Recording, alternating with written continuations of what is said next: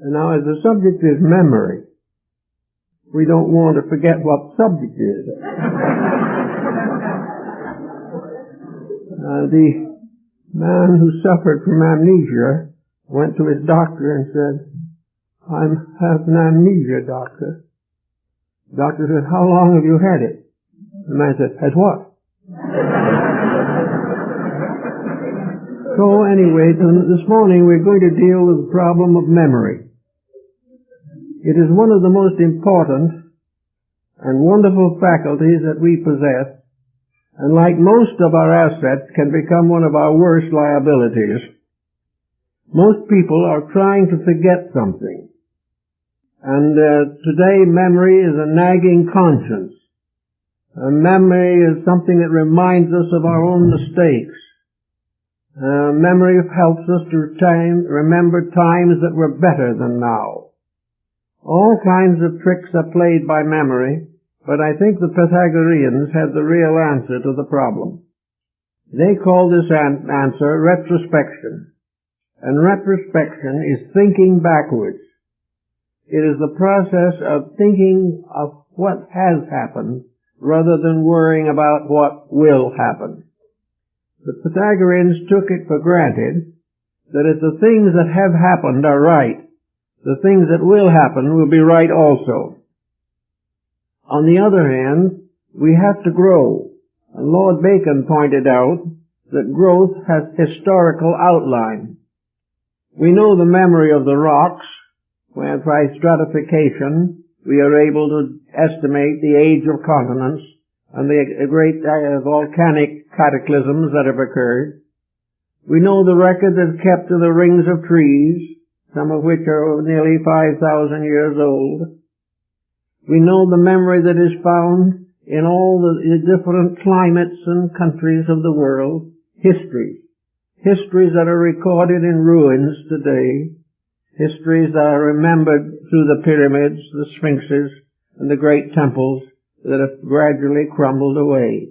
All of these have to do with memory. We can remember, and we also know that from the beginning human beings have wanted to be remembered. They wish to leave some monument of themselves. We have this today. People today are building things they hope will bear witness to them after they are gone.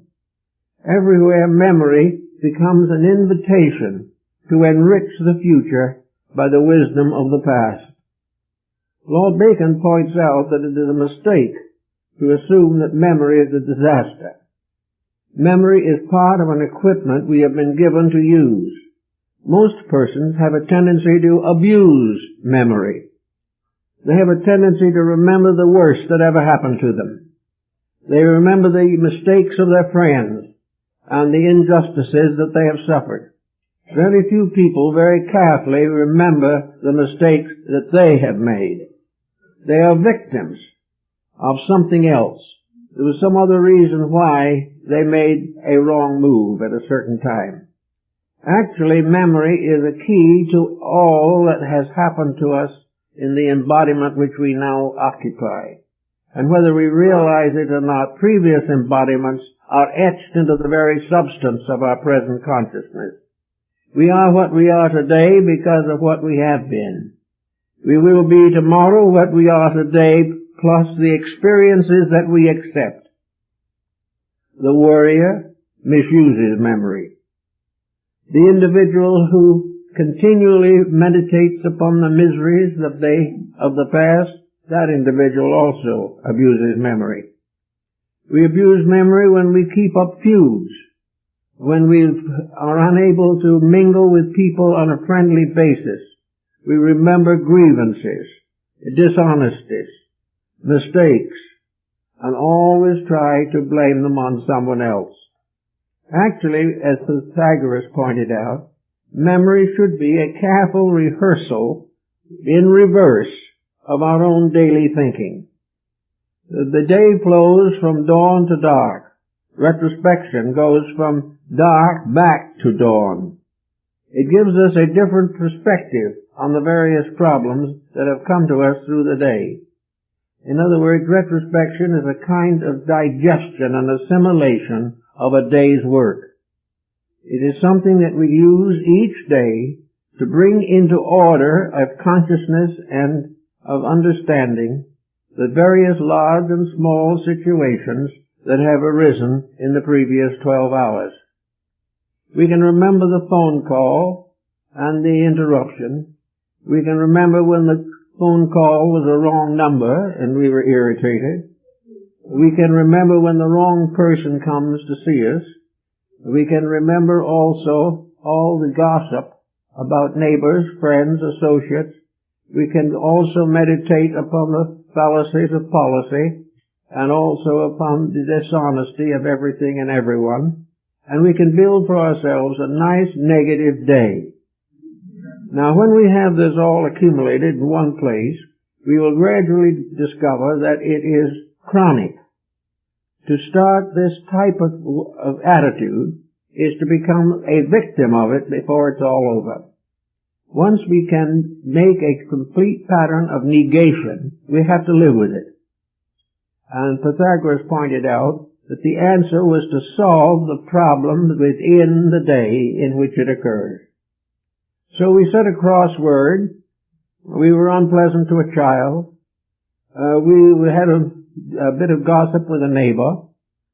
We shared some choice beliefs of our own, where they were not specially welcome. All these things made up the day. So we have to settle back now and see what we did wrong, why we were wrong, and why we should have acted differently, and if there's any possibility of redress, why we should make it as quickly as we can.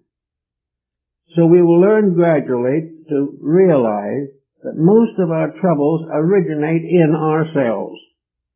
We are either the cause of a difficulty, or we accept one without due consideration for values. One of the most common memories today is gossip.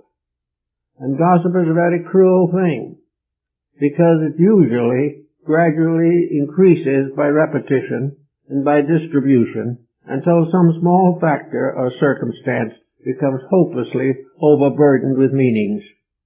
We therefore try to avoid that. If by any chance we have said something unkind, we have done something at least minutely dishonest, these things should be corrected. And we should gradually realize through each day the workings of universal law. We should know each day that the laws of life are operating. And our problem is to reconcile our own mistakes with the universal processes which make up life. If we can succeed in doing this, we will find each day we grow. Each day we come a little nearer to the fulfillment of our own integrities. Pythagoras also pointed out in his thinking that where we had a mistake, maybe it is impossible to correct that mistake. Words spoken cannot be taken back. Actions that are destructive may not be saved or amended. So we have to take another attitude. We have to say, if I cannot compensate the person or situation, then I must make a new, better situation as a compensation. If we have had trouble with someone and that person has passed on 20 years ago and the grievance is still kept up, then it is our problem to make a new friendship in the name of that person, to have a better relationship with someone now to pay for the poor relationship we had in the past. In all various situations where we are wrong, if we cannot right them with the person involved, we must right them in principle the next time a situation arises in which they can be used. Every apology may be an opportunity to pay tribute to a mistake we made in the past. We may not be able to correct that mistake, but we can do something right in the name of it. So wherever we go along through life, we have a memory that has to be trained. Today our most common remark is, forget it. And probably people mean that. But in fact, substance and essence, we don't forget it. Anything that should be forgotten is etched in the memory with great depth. We really don't want to forget it. We want to nurse the grievance. We want to be abused. We want to blame someone for something. So the saying, forget it, simply means that we want someone to forget our mistake, but not to correct it in ourselves. To forget even something that happens to us is a waste, because things have meaning. What happens to us is important. And if we try to forget everything that is unpleasant, the main purpose of life is destroyed. Actually, we are not here necessarily just to have fun. The fun generation is gradually wearing out. It didn't last very long because it had no real legitimate existence. We are not here merely to enjoy the privileges of life. We are here to share in both the privileges and the responsibilities. It is our moral duty to accept the fact that we have duties to perform, that we have a role to play, that we have a life to live, and that this life can be important. And the more important we make it to others, the more important it becomes to ourselves.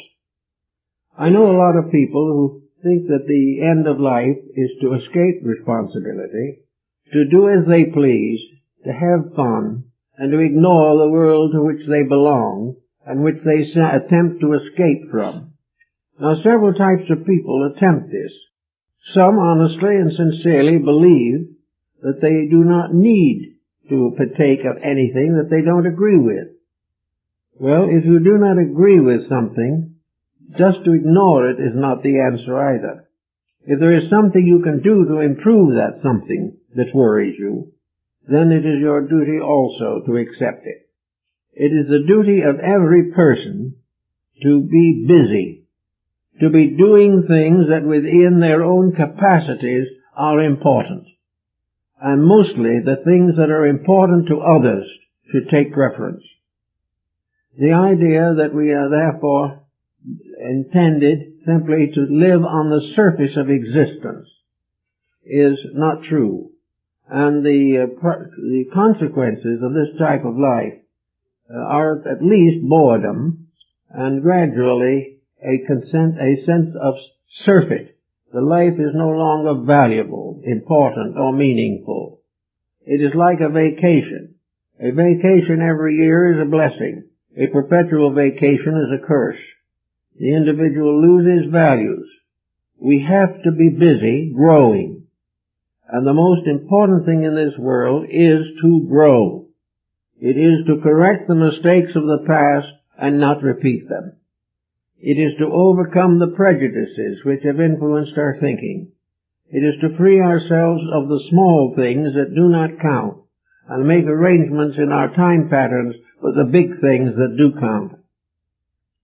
So we are here always, as the Greeks believed, because of necessity. And one of the early Greek philosophers said that the world turns on the spindle of necessity. Everything is moved by a need. There is something important waiting for every person. They must even sometimes draw back a little because it comes too fast. But certainly there is something that is needed to each life.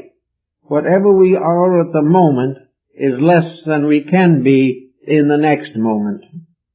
We are here definitely to do things that improve ourselves and protect our way of life. If we leave any of this to others, we will be in the same fix that we are now in politically. When we hire people and pay them exorbitant prices to do our thinking for us, all they will do is think us out of everything we have. We know this. Also, we know that we cannot depend upon others who are untested to prove valuable to us in a moment of necessity. Each individual must share to the best of his ability in making things better for himself and his world. He must also use memory. because memory is a record of things as they have been and as they are. Memory is an unwritten descent of facts. Memories bring us to understand the laws of cause and effect. They help us to see the mistakes of the past. If we try to blot these out, forget it idea, we keep on making the same mistakes. The same laws operate, and the same tragedies are repeated. It is necessary for the person who comes into this world to leave it better than he found it. And this is true not only of civilization, but of himself. He must pass out of this life a better person than he was when he came in. If there is nothing between the cradle and the grave except the effort to enjoy oneself, there is not much progress. And in the large pattern of things, we are here for progress, not merely for enjoyment. There is, of course, a philosophical explanation for this, namely that doing what is right should be the source of the greatest joy. It would be if we really understood the laws of nature, if we realized that the fulfillment of truth gives us the greatest possible sense of achievement. If we can realize that, we can gradually get our pleasures and our joys out of growing rather than out of indolence. We have long considered an individual to be most fortunate who does the least. He has servants, secretaries, he has all kinds of help. He doesn't raise his hand to anything much except maybe a game of golf occasionally. The fact that he does nothing is a symbol of his success. This is just not true. The individual who does nothing remains inferior to the person who does something. And the idea that we are here to create so many body comforts, so many luxuries, that we are completely free from work, have no sense of duty, and have no part in the restoration of society. This type of success is a fallacy, and we know it, we see it. Memory tells us it is. Our own memory tells us of the small examples in our own living, and through the longer memory of history, we see how nations have risen and fallen. Today, history is more or less complete. We know pretty much the history of the last 10,000 years. We know its problems, and we're rather amazed when we sit down and realize that the mistakes that were made by the Phoenicians, Babylonians, and Chaldeans are being repeated today with great emphasis and on a much larger scale. The very mistakes that buried the past and of which we have proper record are being repeated, and repeated on a larger and more elaborate scale because of the fact that we have more privileges and opportunities. Therefore, unless we use memory, we have no valid check. We have no way of knowing just what luxury does unless we have memory and its larger equivalent in history. Our history in the world today is very largely a history of mistakes. And this history of mistakes is repeated in the personal life of the individual of today. His life is very largely a problem in failure to accept or anticipate the natural processes of universal law. We create human laws, which we try to keep, but it doesn't make much difference because most of these laws are not very good anyway. But we do not follow the original laws. The Code of Hammurabi, which is one of the oldest of all human codes, was accredited to the god Nebo. The Pentateuch tells us that the Ten Commandments, the Decalogue, is credited to Moses as writing out from the hand of God. All these codes were originally conceived as divinely inspired. But I think we can say with safety that most of our modern legislations are not divinely inspired. They are much more the effort, again, of the individual to evade and avoid. He is determined not to do those things which inconvenience him. He does not support the things he believes. He does not detract his attention from the things he does not believe. He just goes along trying to have fun. And as a matter of fact, in our 20th century, in the year 80s of that century, we are having the fun of about 10 or 12 wars at the same time. We are in trouble everywhere. And everyone is trying to pass a legislation. You cannot legislate human selfishness. The only thing you can do is to outgrow it. And the only way to outgrow it is to recognize it and change it. There is no possibility of fighting our way to peace. There is no way in any way of accumulating our way to correct poverty. These things are in the mind of nature. They are in the papers and records that have been written to tell the story of nations, of peoples, of races. In every case, we find the same cause bringing the same result. And the temporal forms of education, the ordinary secular and religious doctrines of the people, do not change the facts because these peoples have not changed themselves. So it becomes very necessary to have memory, because memory is the one thing that, if it's used properly, can go a long way to correct the mistakes of the past. When you suggest something now that you think might help people, the first question probably will arise is, how do you know? What makes you think that would work? Why don't you try something else? The answer again is memory. If you make a suggestion that has worked for 10,000 years successfully, you have a fact as far as man can have a fact. But if you ignore all that has gone before and say, yes, the ancients made all these mistakes, but we have outgrown them, then we must have a hard look at ourselves and see if we have outgrown them. In most cases, we'll find we haven't. We have not any better character than the ancients, except we have more luxury and more inventions to back up our mistakes. We are still in great need of memory. We are in great need of memory if we hope for world peace, if we hope for the union of religions, if we hope for proper domestic life, if we desired our children to grow up as worthy citizens. We've got to go to memory to find out how this can be done and why we haven't done it now.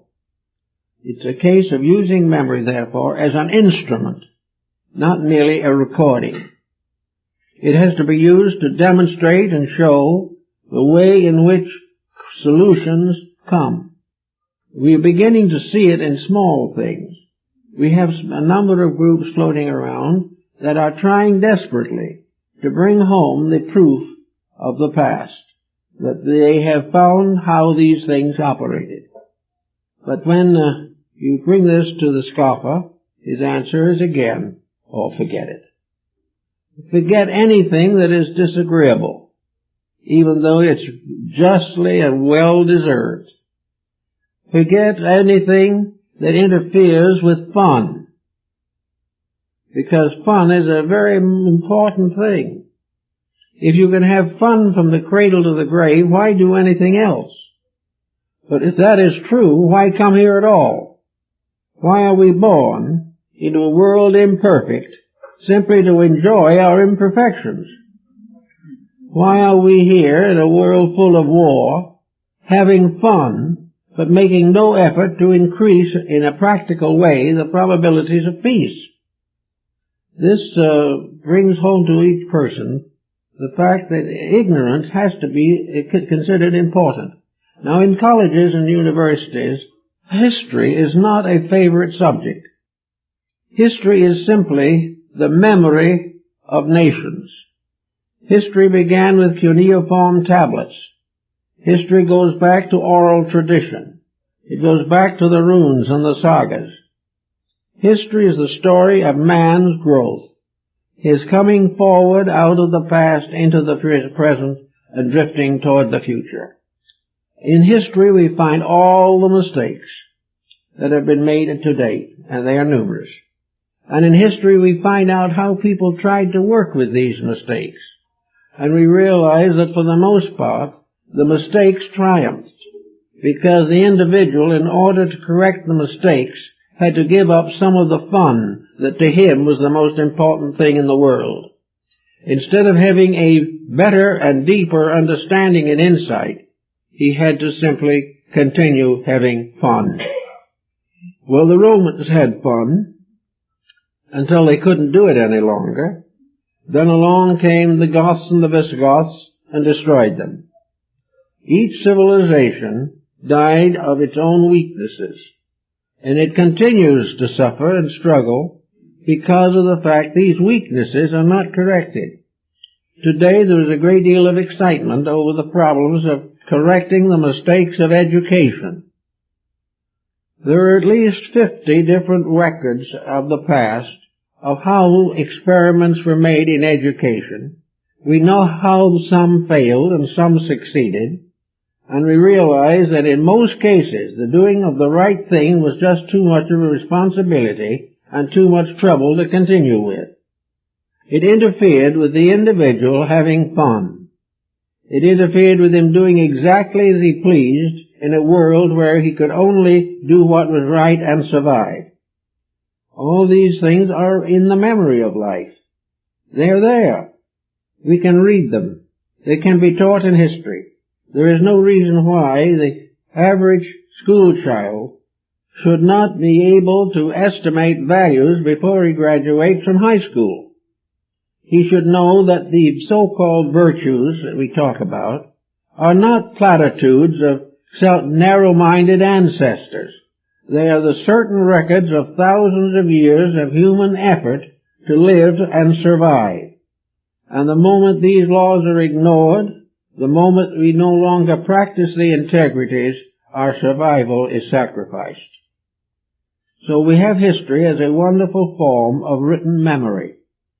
We have it not only in the past, but we see the roots of tomorrow in the development of historical context. We realize that we are moving now in a historical environment, and that we are following very closely a dozen systems that have perished in the past. Unless we make some corrections in what we are doing, we will also become part of history and hope that something will come along after us that will remind people of the lessons that we learned the hard way. So we know that memory is therefore very, very important. But then there's a great difference as to what we memorize. What most people today are memorizing only on one level of interest, economic. The individual wishes to graduate a potential lawyer, a potential doctor, or a potential technician, scientist, or a high financier of some kind.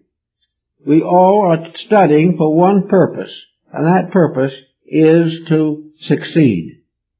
Now, memory tells us how that was done in the past. We know how it was accomplished. We know what happened to those who did it. We realize, if we look back into history, that the things that are important, the things that have survived, are not on those levels. The things that help people to survive were dreams, ideals, hopes, and the martyrdom of saints. They were definitely a dream of something better than material success. That material success cannot go further than the grave, that everything we have has to be left behind, and all through the histories we find this is true. Therefore, why are we so completely satisfied to teach to our children as higher education ideas, concepts, and policies which have always failed and have brought down every civilization that accepted them? Memory is not working. Memory is not working in the public school system. It is not working in the local government system. And it is not working in the average private family. These factors probably partly due to the fact that families, for the most part, and civilization in general, has never read a book on history. History was something that to most people was a dead subject. It's nothing but the past. It's all over. It's all gone. But we don't realize that history can reincarnate, so to say, and come down to us as a problem today. The history we have created by our mistakes is still with us and will remain with us until we change the course of action. Now, we also, in history, have records of some very notable and very wonderful people. We have the great leaders who have sought to bring to mankind a higher level of life. We know the great world teachers. We know Buddha and Moses and Confucius and Lao Tzu and Jesus, Muhammad, all the great teachers that have come to serve us. We know that almost all of them have either died martyrs or of a broken heart. They have died and left with us something that has lived, but lived a precarious existence. Most people will admit that Confucius was a wise man, but so that was China 2,600 years ago. So what?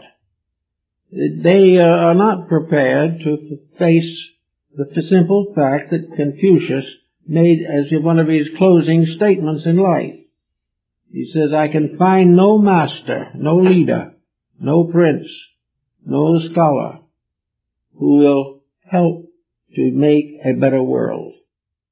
He finally decided that he had failed.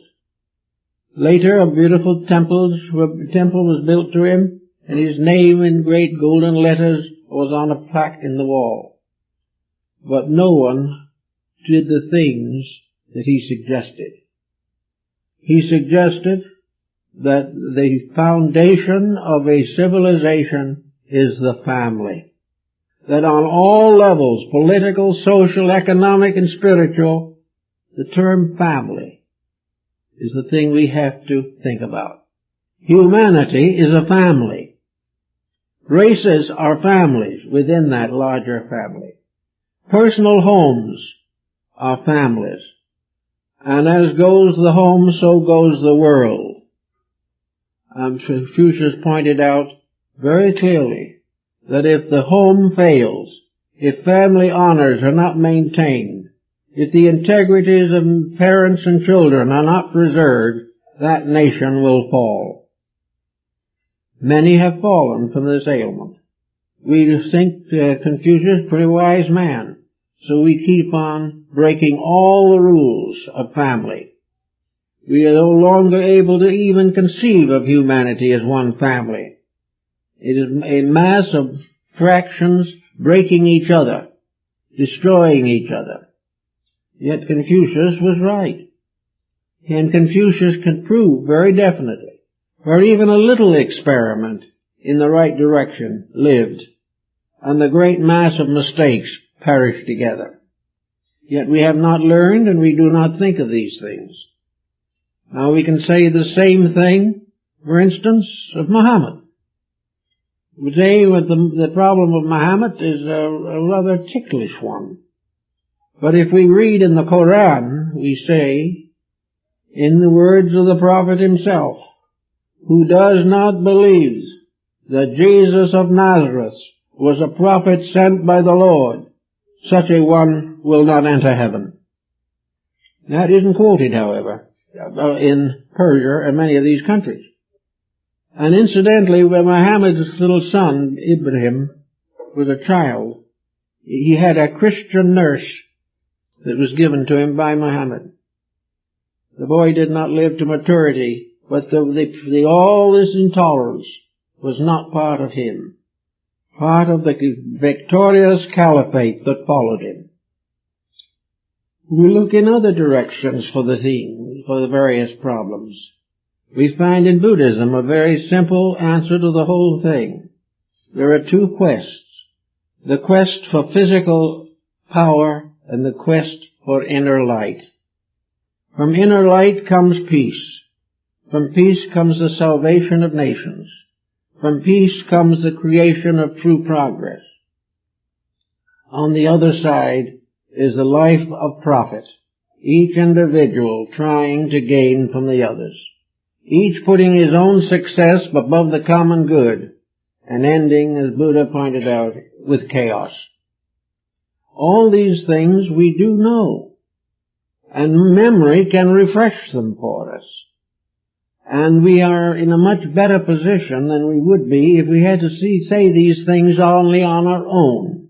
If we had to say, this I believe, and someone else will say, well, this that you believe, I do not believe. But when you are able to point out a principle that is true, and point out that the ages have sustained it, that it has been proven many, many times and never disproven, then perhaps you have a strong argument to present your point. In any event, memory does all these things for us. Memory is also a way of training. Memory is the way by which we can gain control of ourselves. Memory is to stay with patterns of purpose. Memory is the individual who is not changed from his principles by some passing flurry of success. Memory is also the ability to pass judgment upon past circumstances. Memory gives us an understanding of why we may be neurotic, because we came from a poorly established family. Memory may teach us why we are what we are, but at the same time it teaches us how to get over it. It teaches us to explain our mistakes, but at the same time realize that they are mistakes and correct them. Memory also has many interesting contributions to make to art, to music, and to all of the finer things of life. Great art is always an expression of memory. We remember something that is true, something that is real, something that is beautiful, and we try to perpetuate it through the skills of our own natures. For some, skill is music, for other, skill is painting, some is for sculpturing, others for architecture. But skill is always a mysterious wisdom, a wisdom based upon law. All great art is lawful. All great art is purposed. All great art is a fulfillment of the inner memories of consciousness.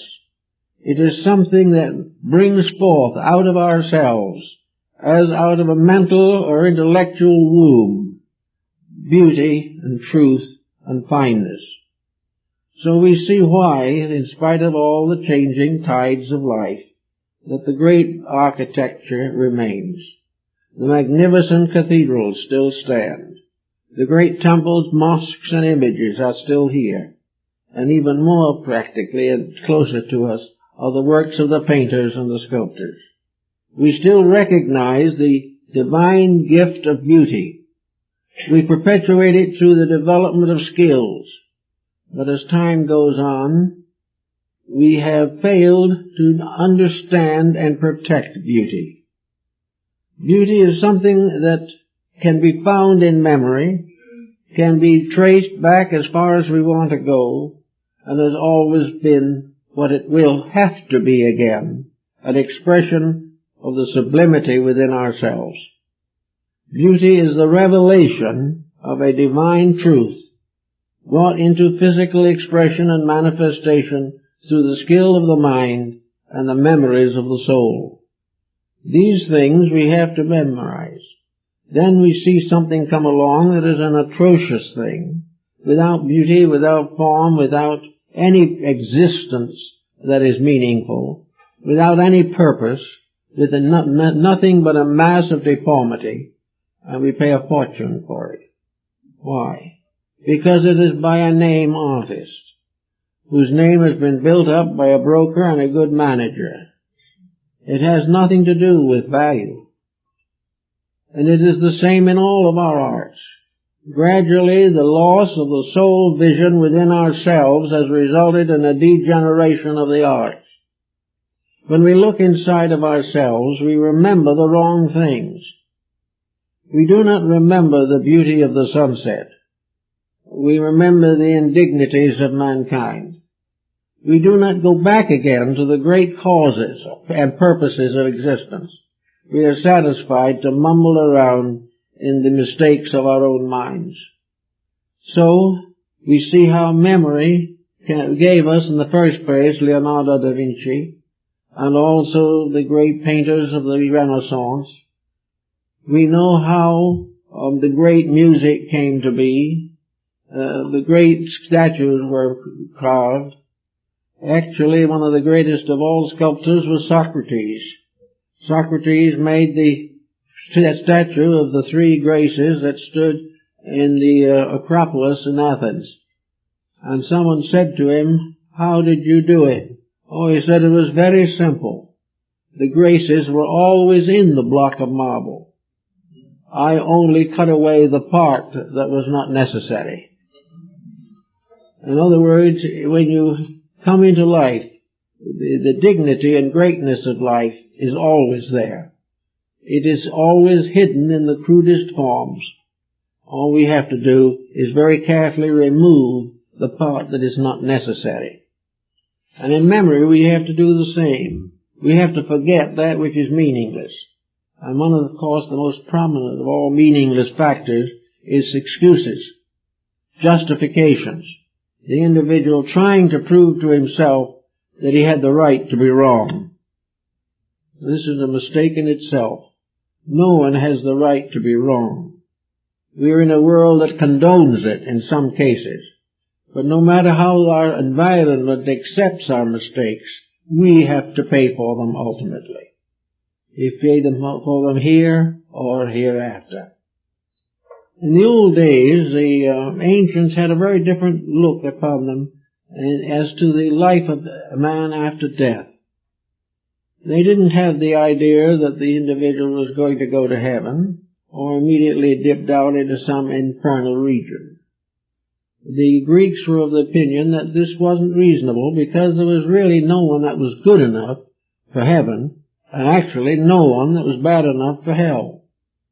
Therefore, in order to balance it out, they could both come back here and work it out, and make each other miserable or happy according to the wealth and strength of their own characters. The good person coming back has a good life. The poor person who had a bad life comes back with a bad life. But all things are paid out in terms of law, order, and integrity. Now, as soon as we become aware of integrity as a fact in life, we can begin to search for it in the literature of the past. And it might be well to remember that a search thus carefully conducted might be more profitable to all concerned than a lifetime dedicated to TV. Because in TV, there are very few truths. In TV, all circumstances are tempered for profit. They are made to fasten the mind of the viewer upon the product that the sponsor is selling. This is also the general practice in life. The TV is merely a very advanced example. We are all surrounded constantly by the inducements to compromise ourselves for the benefit of the advertiser. Well, we may need his product, but we also must not forget that there is a whole world beyond the advertiser. The great banks, the great stock brokerages, all the great towers of industry and economy, all end when the individual lies down in the grave. When the grave closes over him, all these things belong to someone else. And yet what does he take with him? What can he take with him if he has never had anything on his mind but profit? If he has always been a competitor from the cradle to the grave and he is suddenly in a place where there is no competition, what does he do? He has no right or no thought for his own future. In the days of my esteemed grandmother, the Wellesley was quite an important college. And in it, the young ladies of distinction were given training. Among the trainings which they received were languages. They were taught basic French, and possibly a touch of basic German. They were supposed to have mastered basic English before they even got there. And then on the side they could go into specialist languages to include Italian or whatever they wanted to. But they always took a language when they went to travel. When we depart from this world, we could hardly speak English and have no thought for any other language. We don't believe in languages. Well, we probably don't need them in the afterworld, but we also need other things. We should go out of this life prepared for something more than darkness. We should go prepared for something by means of which we can become citizens of a larger world. We should take with us an insight into the meaning of ourselves. We should be able to look back upon the life we have lived as a significant and important source for wisdom, truth, and love. We should go better people than we came. And if we make all of these things and bury it all in cocaine or something of that kind, we create a world that reminds us a little of the lost Atlantis or something of that kind. We find a world in which there is nothing worth saving. And unless the individual who improves himself goes after the realities of life with greater integrity, what can he take with him that he didn't bring? He will just go back to where he came from, further disillusioned. Disillusioned means to have an illusion taken away. It doesn't mean truth being taken away. It is a disillusioned person is the person who discovers that his illusions are not true. And the most common of all illusions is the great success illusion. A success pattern that has no foundation in any form of integrity. It is really high time that in this country and in all parts of the world, education should be at least modified to the point that the individual can leave this world a little better than he found it. He needs to be able to live a better life. And he should enjoy the living of it while he's still here. He is here to grow. And unless he continues to grow from childhood on, he is missing the reason for his existence. And that is one of the problems we have. I've talked to many people on this matter. Very few people have any idea of anything except here and now and the rent bill. They want the success. Life depends upon promotions and advantages, a wealthy marriage, a more or less compatible family, and retirement on a successful pension. This is life. The heavens did not ordain this. The universe did not produce man in order that he could live on a retirement income. He may need the retirement income, but he should get it because he is able to make useful contributions to his society. He should be a person who has a vision beyond retirement. He should have ideals. He needs religious principles. He needs philosophy. He needs ethics. And these are carefully ignored. And as a result, we have wars all over the place. So I think in the case of memory, that all these things should be remembered, not forgotten. We should really remember the opportunities we did not make good use of. We should consider and remember the privileges that we abused. We should also remember carefully the penalties of selfishness, that where we spent no thought for anyone but ourselves, and then in the long run found ourselves lonely and forgotten, that we were justly rewarded for our own conduct. We are expecting blessings, but we are not bestowing them. We expect to be treated very kindly, but kindness is not distinguished in society today.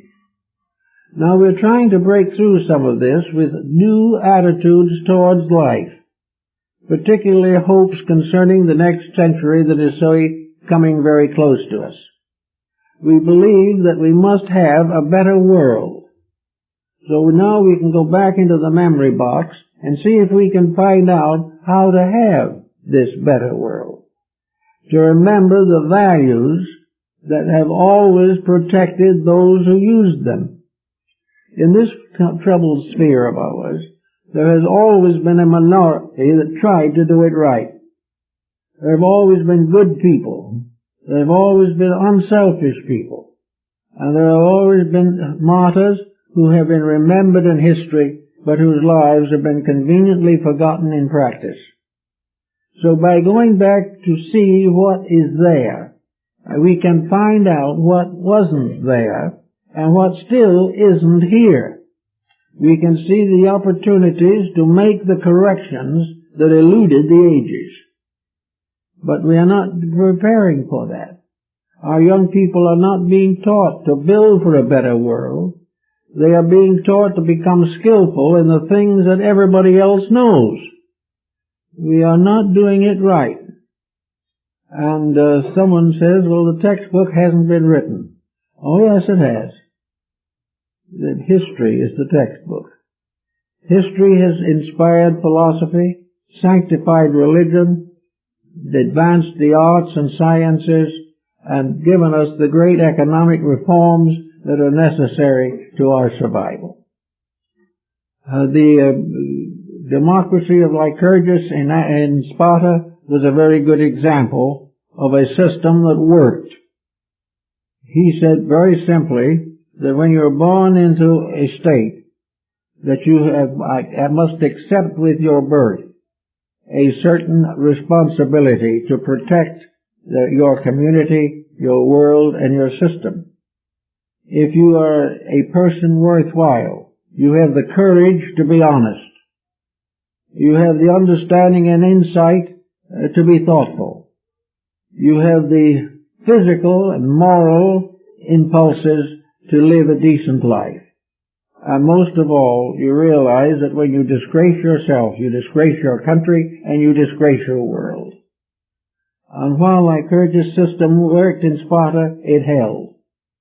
And it made the Spartan take the attitude that it was a privilege to protect that which was necessary for the common good. Any exploitation was bitterly punished. And it was also in a way in Athens. But while the Athenians were more luxury living and did not have the same depth of purpose for the general meaning, in Athens there were certain rules. If you were a citizen of Athens, there were things you couldn't do. And if you insisted on doing them anyway, you were properly reprimanded. You could be punished by imprisonment, you could be exiled from the state, or you could be executed. There was to be no possible way of deteriorating the state without punishment. If you built a building that was poorly constructed and fell apart, you either had to rebuild the building or stand a very heavy penalty. There was no way in which you could buy your way out of a responsibility. There was no way in which you could trick someone else into giving you privileges that you did not deserve.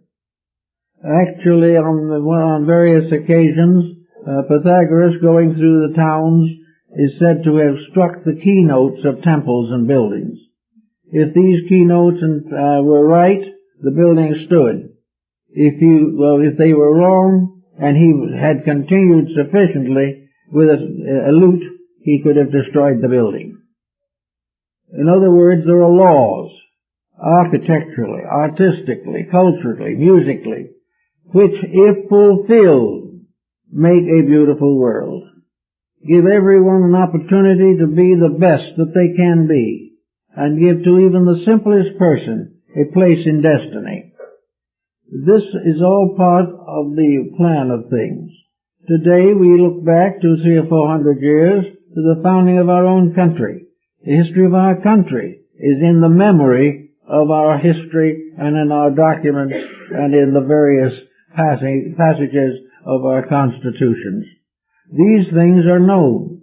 We know what we need, we know what we should have, but no one really seems to care. Everyone is centered only upon what is best for him at this moment, and he is going to fall almost certainly for that which has the greatest economic pressure. So we are not learning. Now, a lot of people are learning. Many are thinking, but when the moment comes, the old prejudices will sink in, and the individual will fail to make the changes that could actually put him into a proper situation. Memory is short when it comes to public office. It is as short as the promises that are made and broken before the ink is dry. But memory also can tell us who were the good ones, what they did, what their concepts were, and why we should test the life we live. Every art, science, and policy should be tested. Nothing should be accepted that is not provable or demonstrable in some way. We can check and test every law that we pass. We can do and check every statement that is made to find out what is essentially true and right. And memory has given us this privilege. Memory is a sort of muse, a mystical deity, which gives us the power to know what no book itself can teach us, but which books are written about. We have a great libraries in the world of books telling of the thoughts, wisdom, ideals, and dreams of other people, of other nations, of other races. For the most part, however, the average individual simply says, well, why read them? We're already far advanced beyond their condition. Why should we read about the Greeks 25 centuries later? They're gone. Well, the thing we don't realize is that this term gone is gradually applying also to us. And if we do not catch up on some of this reading, we will not know why we are not succeeding.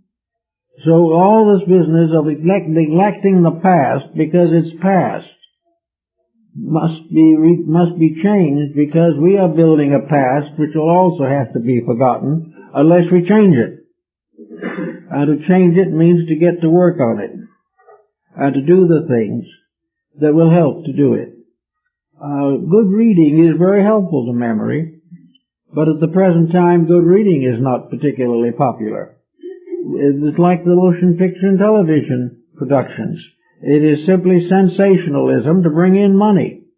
A book is a success not because it tells us something, but because it sells 1 million copies.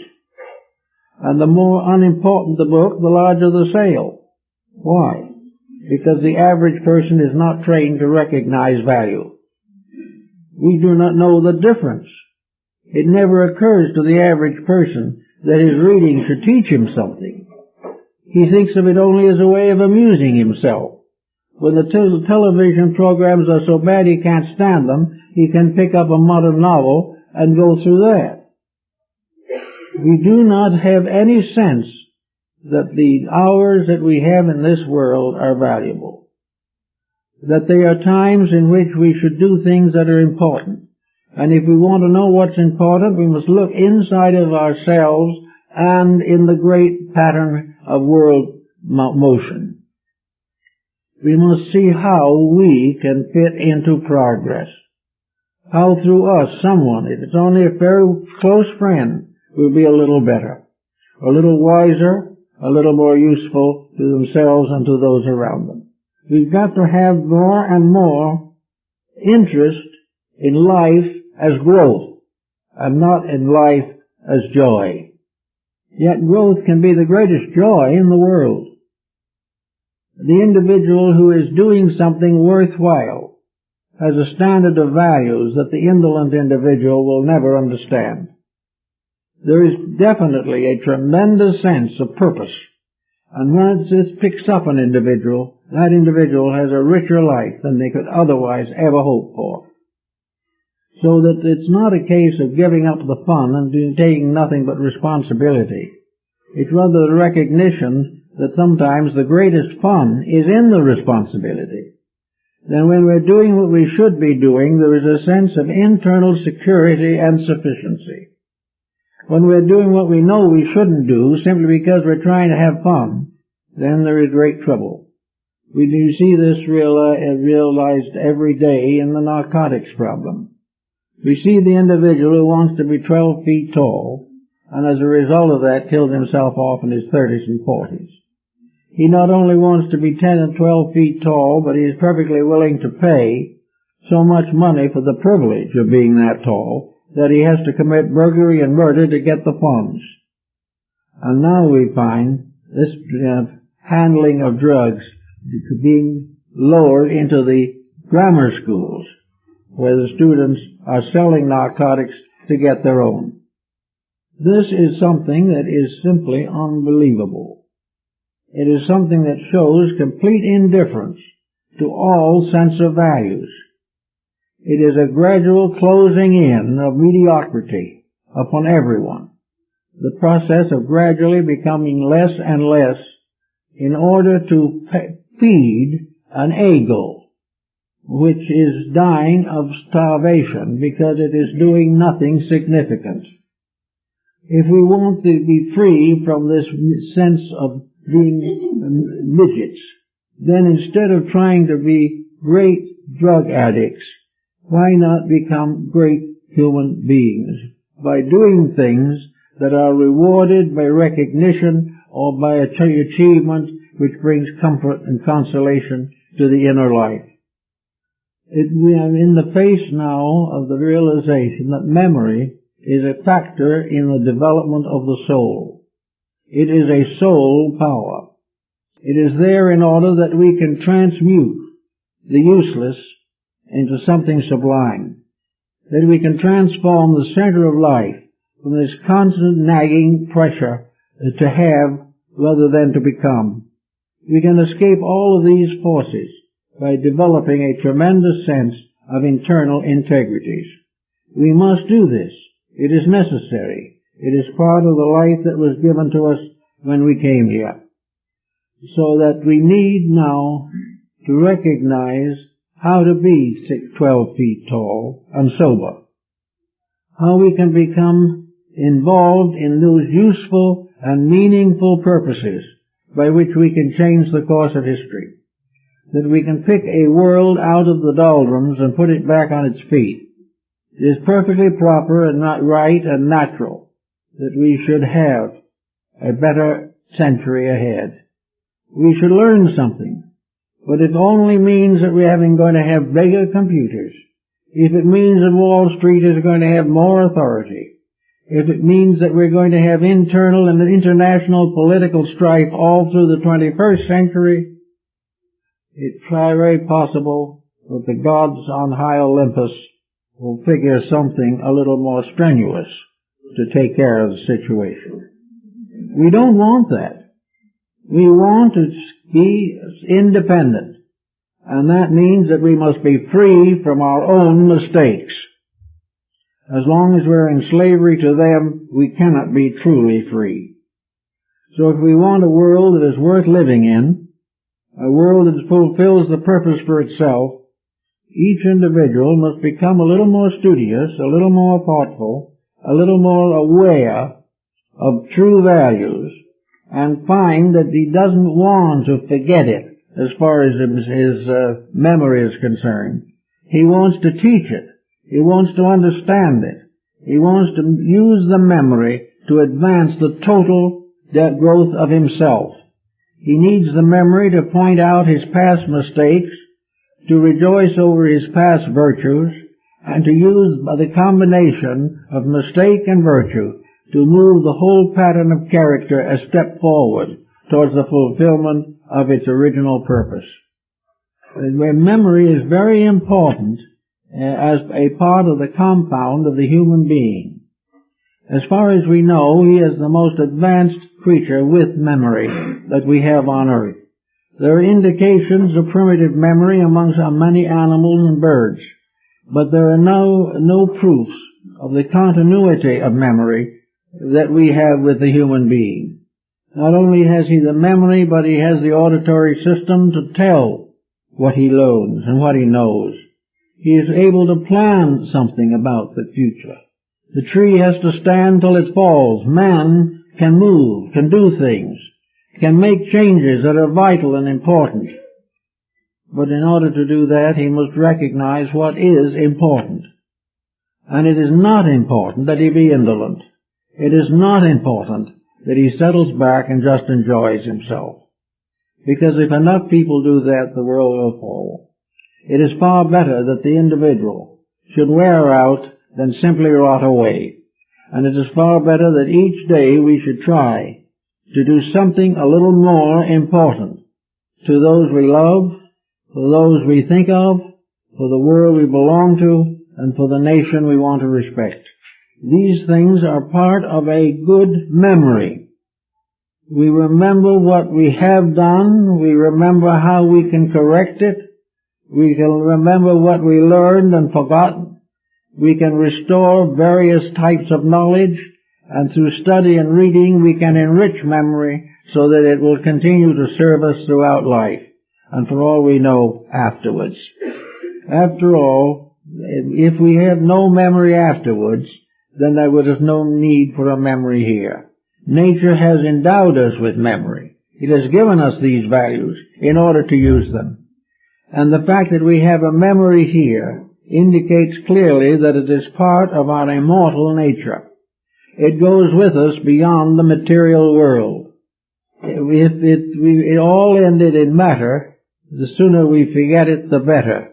But if we have to live with it, and we will if we are immortal creatures, then a memory is very important, because we have to live with what we've done, what we've thought, what we've known.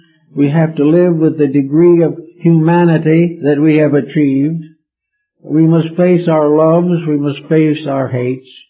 We must recognize our compliments and our accusations. We must realize and know all that we have been in order to have the directives to become all that we can be. And for these purposes, memory is extremely important and must be cultivated in every way possible. We need it, but we need to use it, not abuse it. We do not need to use it in order to know how many people there are on a baseball team. We do not need to use it as statistics in the rise and fall of stock. If we do use it for that and had common sense, we would be out of the market. But we're still in it. But we do need memory to use it to grow, to use it to become better people day by day, to better understand the reason of life. And suddenly, perhaps the first time in human history, it is possible for the veil to be lifted and we can see what life is, what its real purpose is, why we live, why we were created in the first place, and what is going to happen in the end. That we are not merely little fragments floating up for a few years on the surface of the ocean of life. We are living things, growing things. We are creatures with a past and a future. And it is our memory of the past that will help us to build the future. These things we have to think about and continue to grow with to the very best of our abilities. So I think that Lord Bacon probably was more or less correct when he pointed out that memory was the open gate to a world knowledge. Memory was the ability to profit by the experience of everything that has gone before. Memory is the great kind of schoolroom. In it are the classes in which every bit of available knowledge taught. The memory changes the world into one great university in which each person who comes into this world has a chance to graduate with honors. And it is best for each person to try to do this as best he can. And it's certainly better than wandering around through the years blaming the politicians, blaming this or that, or creating antagonisms and anarchy. It is much better to recognize the importance of growing, to save our energy for constructive thoughts. If we cannot help others, then we can perhaps help ourselves. If the others do not wish to listen, we can quietly listen to the voices of memory. And by gradually growing, even in through our own early life, if we take the first 25 years of the present life and think back on it, we're going to learn something. Everything that is majored by thoughtfulness helps to enrich memory, and in so doing helps us to be better people. So the mystery of memory is, I think, very, very vital to us. It is one of the great keys to the survival of mankind.